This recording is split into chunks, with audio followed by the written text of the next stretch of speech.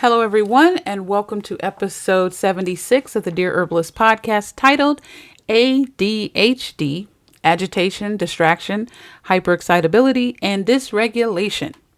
Now, before we get started, I know that A.D.H.D does not stand for agitation, distraction, hyperexcitability, and dysregulation. I, however, wanted to provide a different perspective on the disorder. So let me say before we jump into the subject today, if you are new here, you are most certainly welcome. And if you are a returning listener, thank you so much for continuing to listen and your continued support. I hope that you have your notebooks ready because I have a huge amount of information that I want to share with you today just to give you a different perspective on how to view ADHD.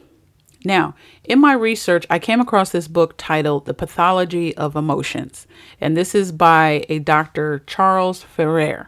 Now, his French, so forgive me if I don't pronounce Féré. I don't want to offend my French listeners here by using a bad French accent.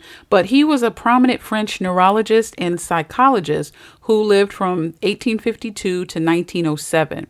He made a huge contribution to the field of neurology and psychology during the late 19th and early 20th centuries. So in his book, The Pathology of Emotions, he has concepts related to emotional disturbances that can be connected to what we now recognize as attention deficit hyperactivity disorder, which is also called ADHD. Now, Dr. Ferrer's work predates modern psychology and the formal classification of ADHD, but we can draw parallels between his observations and the symptoms that are commonly associated with ADHD today. So we're going to take his perspective and walk out the understanding of ADHD through his lens, okay? But let me first give you some statistics about ADHD. According to recent statistics from 2020 to 2022, approximately 11.3% of U.S. children and adolescents aged 5 to 17 have been diagnosed with ADHD. This is indeed a significant prevalence rate.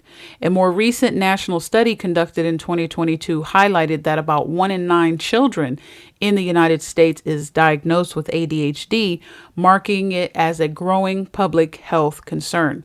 So as herbalists, it's very important for us to understand what ADHD is because trust me, you are going to have clients coming to you out the woodworks asking you about ADHD and what they can do. They've tried the other methods that were recommended to them and their kid seemingly does not look like they're getting any better, or the medications that they might be on may making their children zombies. And they're like, look, I want my kid to have a good quality of life. What is this and how can I help them? So let's look at from a medical standpoint. Let's dive in to what ADHD is said to be. Like I said, it's known as the attention deficit hyperactivity disorder, and it's a complex, according to the medical community, a complex neurodevelopmental disorder. And they said that its exact root cause is not fully understood. However, research is suggesting that it likely results from a combination of several factors. Number one, the brain structure and function. So differences in the structure and activity of certain areas of the brain, especially those involved in attention and impulse control, have been observed in individuals with ADHD. All right, so there's some differences there. Imaging studies have shown that there's variations in the size and functioning of the prefrontal cortex, as well as the basal ganglia. Number two, environmental factors. So there's a variety of environmental factors that influence, people developing ADHD according to the medical community. Number one is exposure to toxins such as lead. Another one is maternal smoking or alcohol use or even drug use during pregnancy. Another one is low birth weight or premature birth. Another factor is neurotransmitter imbalances. So abnormal levels of neurotransmitters, particularly dopamine and norepinephrine. That word is always, every time I see that word, I'm like, oh my God. Norepinephrine, okay, can affect attention and behavior regulation. All right, so abnormal levels of these. Number four, Psychosocial factors. Now, they're saying that these are not necessarily direct causes, but there are certain psychosocial factors such as family stress, traumatic experiences, or inconsistent parenting that can influence the severity of ADHD symptoms. Now, based on Dr. Féré's focus on the connection between emotions and physical health, he views ADHD, or in my mind, as I've read through his book, would view ADHD as a manifestation of nervous system dysregulation. He would likely emphasize the role of emotional and environmental factors in causing ADHD symptoms rather than viewing it as a distinct neurological disorder as we view it today. Based on his philosophy, I broke down ADHD as they would have viewed it in times past. Now, this is just to give you something to think about and give you another way to look at and understand ADHD. So let me give you the breakdown of these components. Now, I did ADHD as agitation, distraction, hyperexcitability, and dysregulation. These all came through Dr. Féré's theories. So let's look at number 1, agitation. Now, from Dr. Féré's perspective, he observed that intense emotions could lead to physical manifestations such as restlessness and agitation.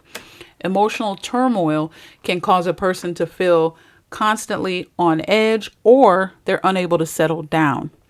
Now, where the ADHD connection comes in is that individuals with ADHD often display agitation as they may have difficulty remaining sitting still or even calm. And this can result from an overstimulated nervous system that struggles to regulate their energy levels. Number 2, distraction. So Dr. Féré's perspective on distraction, he discussed how emotional disturbances could impair cognitive function, leading to difficulty concentrating or focusing on tasks. He believed that strong emotions could overwhelm the body's cognitive processes. So the ADHD connection with that is that distraction is a hallmark of ADHD.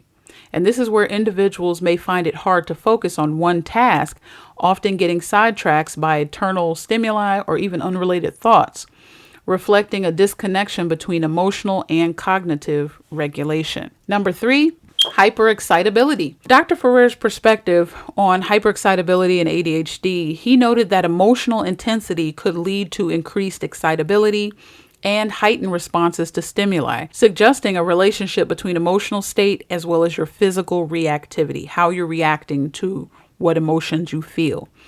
The ADHD connection to that is hyperexcitability in ADHD manifests as an impulsive behavior and excessive energy levels. So individuals may react quickly to stimuli, often without considering the consequences, paralleling Dr. Féré's ideas on emotional influence on behavior. So number 4, dysregulation. Now, Dr. Féré said that emotional dysregulation, he viewed that as a condition where individuals struggle to manage their emotional responses, leading to swings in their mood and their behavior. And he connected this to broader physiological impacts, huge impact on the body and its systems. Now, the ADHD connection to this is that dysregulation is very prevalent in ADHD, and this is where emotional responses can be disproportionate to the situation, which can lead to frustration, anger, or even anxiety. And this reflects Dr. Féré's views on the physiological as well as the psychological impacts of those emotional disturbances. So this is the reason why I decided to do ADHD in this way, to give you that kind of parallel of his perspective as well as kind of what we look at ADHD today, to kind of give you a little bit more understanding of that. Now, how can herbalists effectively address ADHD? Let's get to the meat of it. Now, it's important to understand that agitation arises from an overstimulated nervous system, and this can lead to restlessness. Distraction results from emotional disturbances impairing your cognitive function, while hyperexcitability stems from emotional intensity affecting behavior. And then dysregulation reflects difficulties in managing emotional responses. These are the things that we have to understand ADHD from the other perspective I spoke about. Now, we as herbalists often take a holistic approach to managing ADHD by focusing on the entire person rather than just looking at the symptoms. So these are some of the key things that you want to look at when you start to approach, how do I want to provide a protocol for my client or myself or whoever? Number one, nervous system support. So you want to look at recommending herbs such as adaptogens and nervines, because these herbs help balance the nervous system, which makes it easier for the body to handle stress as well as to promote relaxation. Number two, you want to focus on cognitive function. So in particularly focus and memory. So you can use herbs like Ginkgo biloba, which are actually known for supporting mental clarity and memory, and they can also help with attention issues. Number three, antioxidant support. You want to focus in on that. You want to combat oxidative stress. So you want to use herbs that are rich in antioxidants so that they can help fight the harmful effects of oxidative stress, as well as protecting the body's brain cells. Another thing you want to focus on is anti-inflammatory herbs, reducing the inflammation, because these herbs can reduce inflammation in the body, which also can help your brain. And then the other thing you want to look at is the emotional balance. So supporting the mood, and some herbs can actually help stabilize the mood and improve emotional regulation, which is often a challenge for people with ADHD. So now you understand kind of what you need to be focusing on. Let's look at the biochemical pathways and the cellular targets. So this is a little bit deeper than what I just said before. Let's dive in a little bit deeper on the inner workings of the body and what biochemical pathways and cellular targets you need to focus on. Now, before I've done probably 2 podcasts about biochemical pathways and cellular targets. But if you're just listening to me for the first time tonight, let's get a definition. So, biochemical pathways are a series of chemical reactions in the body that help convert substances into energy, build or break down molecules, and regulate various bodily functions. So they involve enzymes, and they're essential for processes like your metabolism as well as your neurotransmission. So they're very, very important. These are chemical reactions that are happening in our body all the time to ensure that we're functioning well.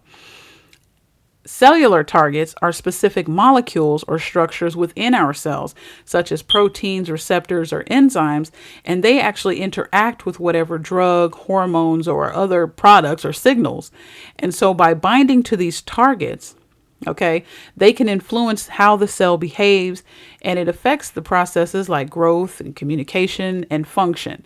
So these are the reasons why you want to focus in on identifying what the biochemical pathway that's not working, as well as what cellular targets you need to kind of aim for to help influence the process of healing, right? To help move it forward. Now, by understanding the biochemical pathways and cellular targets that are associated with ADHD, so why do we focus on, not totally, let me just say that again, everything's like pieces of a puzzle, right? Why are the biochemical pathways and the cellular targets a part of the puzzle of your protocol? Because understanding this is very important. It will help you identify how herbs interact with the body. By understanding the processes of the plant, and soon as that plant, depending on how much of the plant, soon as it hits your system or it hits that particular pathway or target, you can kind of predict how it's going to impact the body. And so as herbs, we need that real estate right there. We need to understand that. It's taught in a lot of pharmacy schools. We need to know that as well. That's just my personal opinion. We need to understand how that works as well, especially if we want the answer to the common question, how do I know that my formulation is going to work? Now, there are never 100% guarantees, and we always make predictability, responses based on this is the action of the herb, this is the cellular target, this is the biochemical pathway we're focusing on. And based on this information and our understanding of how everything works, this is what the outcome is. This is what we can predict the outcome to be. Now, it might not sound good to people that want you to have guarantees, but we cannot make guarantees because there's too many factors involved to do that. So if we can understand and add the biochemical pathways and the cellular targets to our piece of our herbal medicine puzzles, that'll give us more information to get as close as we can to get a formulation to address the issue. So the goal obviously, in understanding these, is so that we can choose targeted herbs to support overall brain health and emotional well-being, and providing a more balanced approach to managing ADHD symptoms, and of course, eventually, moving forward without it. That's the best way that I can say that. But we know, any herbalists know what I'm saying. Now, let's look at the biochemical pathways in ADHD. Number one is the neurotransmitter imbalance. There's an imbalance in your dopamine and your norepinephrine. And these are important brain chemicals that help control attention and impulsive behavior. So an imbalance in this particular biochemical pathway can make it difficult for someone with ADHD to focus or regulate their actions. Number two is your HPA axis dysregulation. There's a dysregulation in this HPA axis.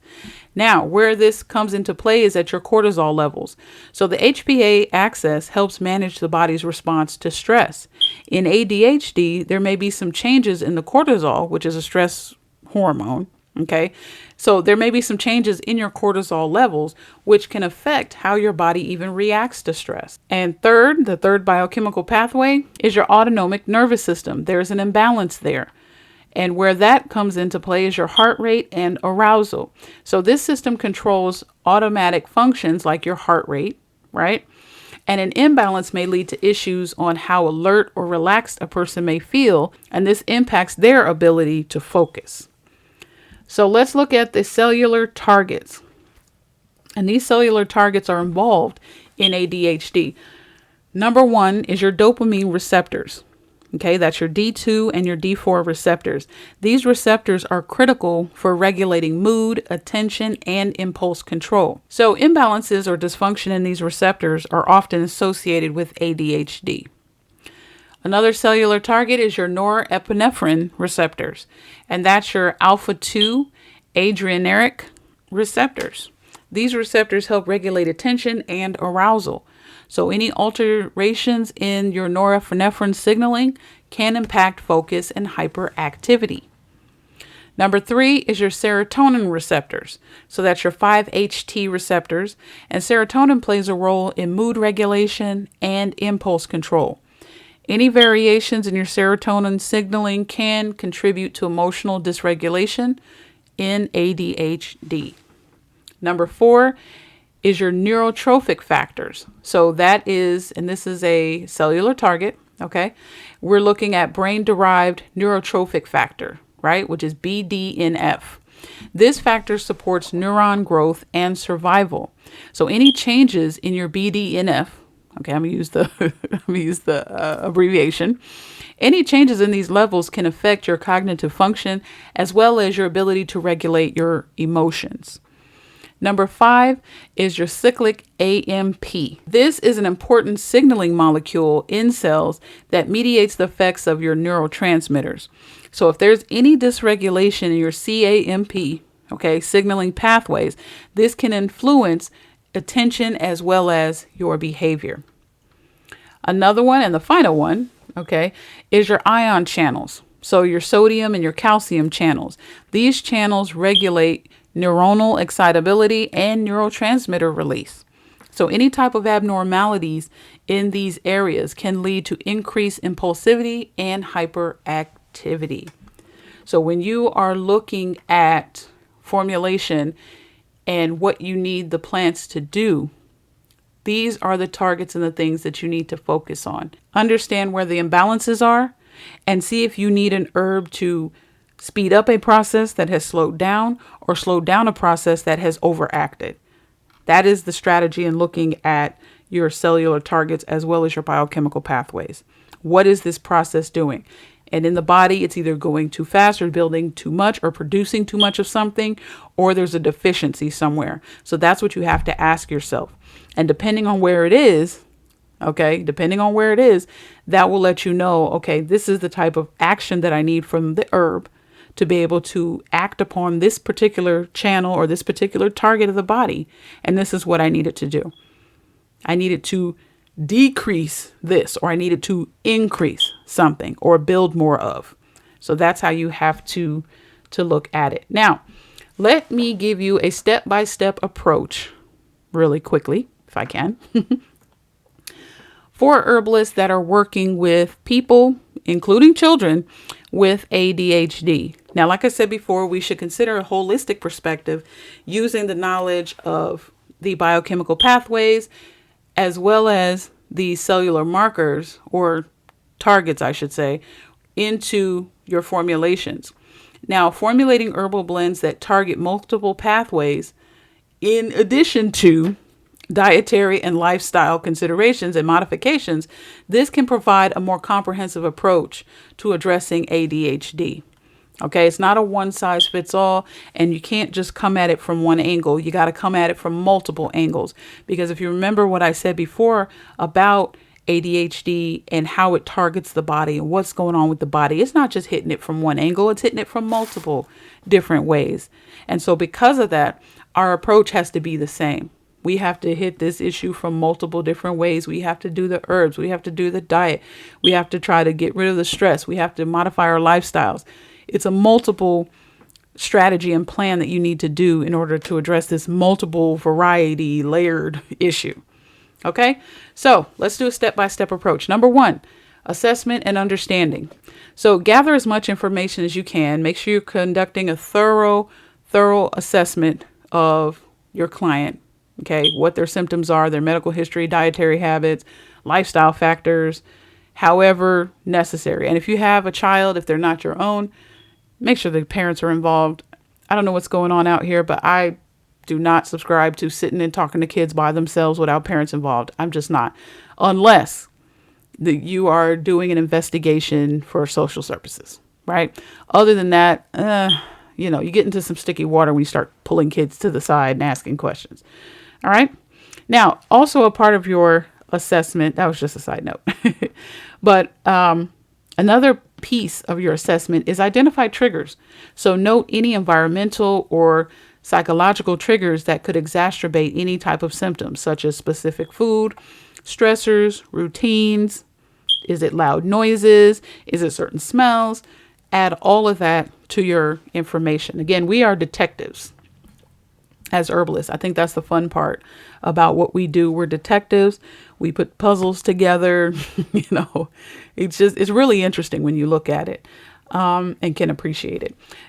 Step number two, dietary evaluation, nutritional assessment. You want to evaluate the person's diet for any potential deficiencies, any omega-3s, zinc, iron, magnesium, because these things can impact how the brain functions. You want to consider the elimination diet, right? Getting rid of food that the person may have a sensitivity to or an allergy to, because this can contribute to hyperactivity or even attention issues. Another point of dietary evaluation you want to look at is stimulants. Is this person chugging down a gallon of sugary drinks or coffee, or is their diet consistent of candy, sugar, this, that, and the third? I mean, just overly stimulating your cells. You want to look at that. Step number 3, identify your biochemical pathways.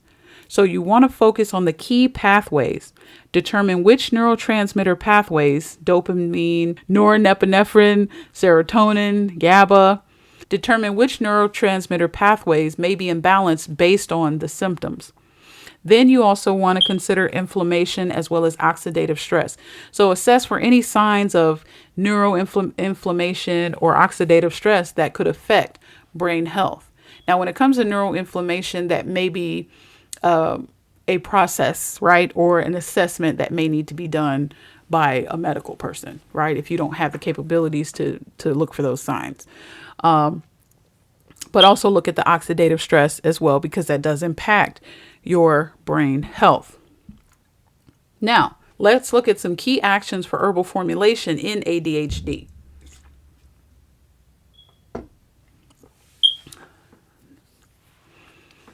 All right. So now we're going to talk about key actions for herbal formulation in ADHD. This is very, very important. Number 1, neurotransmitter modulation. So you want to look at the herbs that support dopamine production and regulation to enhance focus, motivation, and reward processing. You also want to look at herbs that help balance the norepinephrine levels and promote alertness and attention. This is in order to modulate your neurotransmitters, and that's your dopamine and your norepinephrine. Number 2, adaptogenic properties. So herbs should help the body adapt to stress by modulating the cortisol levels and supporting the HPA axis. This can reduce anxiety and improve emotional resilience. Number 3, nervine effects. You want to calm the nervous system. It is hyperexcited. It is all over the place. So you want to use herbs that have nervine properties that promote relaxation, reduce anxiety, stabilize the mood, and can help with hyperactivity and impulsivity. Number 4, antioxidant activity. So you want to use herbs that possess a strong antioxidant property to protect the brain cells from oxidative damage and reduce inflammation. Green tea is another one that is really good for that. Number 5, you want some herbs with anti-inflammatory action. So the goal is to reduce inflammation. You want to use herbs that will lower the levels of pro-inflammatory cytokines to improve overall brain health and function. Number 6, you want to also focus on cognitive enhancement, and that's memory and focus support. So the herbs that you recommend should enhance cognitive functions such as memory, attention, and learning capabilities, addressing those specific ADHD symptoms. Number 7, neuroprotective properties. So the herbs that you select should promote the health and survival of the neurons and enhance neuroplasticity, supporting overall cognitive function. So supporting the brain health is very, very important. Number 8, mood stabilization. You want to stabilize that mood and help them regulate their emotions. So choose herbs that can help stabilize their mood, reduce irritability, and support emotional well-being to counteract emotional dysregulation, which is often seen in people with ADHD. Now, there are certain herbal combinations that can help with reducing impulsivity, because I know that's a huge one. I talked about that a little earlier, as well as helping the clients with ADHD improve self-control. And there's an extract, it's called pine bark extract, that you can use to improve hyperactive behavior, attention, visual motor coordination, and concentration in people with ADHD. All right, so let me give you some example herbs. I told you what the herbs should be able to do, but I want to give you some examples of herbs. So number 1 is velvet bean. This supports dopamine levels. Arctic root, okay? Rhodiola rosea, that's the scientific name. Yeah, botanical name, I guess you could say. Next one is Arctic root. It enhances stress resilience and improves focus. Brahmi is a Ayurvedic herb. It boosts cognitive function and memory. Ginkgo biloba increases blood flow to the brain and supports your neuroprotection, protecting your neurons, which are your brain cells. Ashwagandha helps to balance cortisol levels and reduce stress. Ginger and turmeric, and they provide anti-inflammatory and antioxidant support. Now, I know you're probably thinking that is a lot of things to have to focus on as far as formulation and what type of herbs to use. But I will say one of the things you can do is find herbs that have multiple actions, meaning they address multiple things. That way you're not recommending 45 different herbs to address 45 different issues. So that's just a little quick tip. Let's move on to step 4. We're still talking about here the information I just gave you as far as key actions for herbal formulation and all that. That is all up under identifying biochemical pathways. Okay, that's step number 3. All right, so the next step in your approach to ADHD as an herbalist is your herbal formulation. So you want to select targeted herbs, and I kind of gave you some just a few minutes ago, and choose age-appropriate herbs that support neurotransmitter balance, reduce inflammation, and promote overall brain health. For children, you want to consider using lower dosages. Okay, and this is important because they don't need as much. So with dopamine support, you want to use smaller stuff. Step number 5, Dosage and administration. So you've already determined your herbs and which ones you want to actually use to address the issue. So now you need to determine the dosage. So make sure that you establish appropriate dosages for each herb based on your client's age, weight, and specific needs. Always start with lower dosages and then monitor your client's response. Also, you want to choose how you're going to deliver your formulations. So you can choose tinctures, capsules, teas. It depends on whatever your client can tolerate and enjoy, but also what will best get to those systems and those pathways that you are targeting. Now, herbal teas can be a gentle and effective way to administer herbs, but sometimes people may need something a little stronger, more direct, and that would be found in your tinctures. Step number 6, lifestyle modifications. So I know a lot of people want to skirt around this, but you just can't. Okay. You can't skirt around this. You just can't. I'm sorry. You can't. So you want to encourage healthy habits, promote regular exercise, adequate sleep, stress management techniques. You also want to, especially for people with ADHD, structured routines, positive reinforcement to kind of help them manage symptoms. Step number 7, monitor and adjust. So have regular follow-ups with your clients or even with your kids if they're your own kids or if they're family members to assess the effectiveness of your herbal regimen as well as any lifestyle changes they may have had. And then adjust your formulations as needed. Make sure you're consistently asking them if they are taking anything else.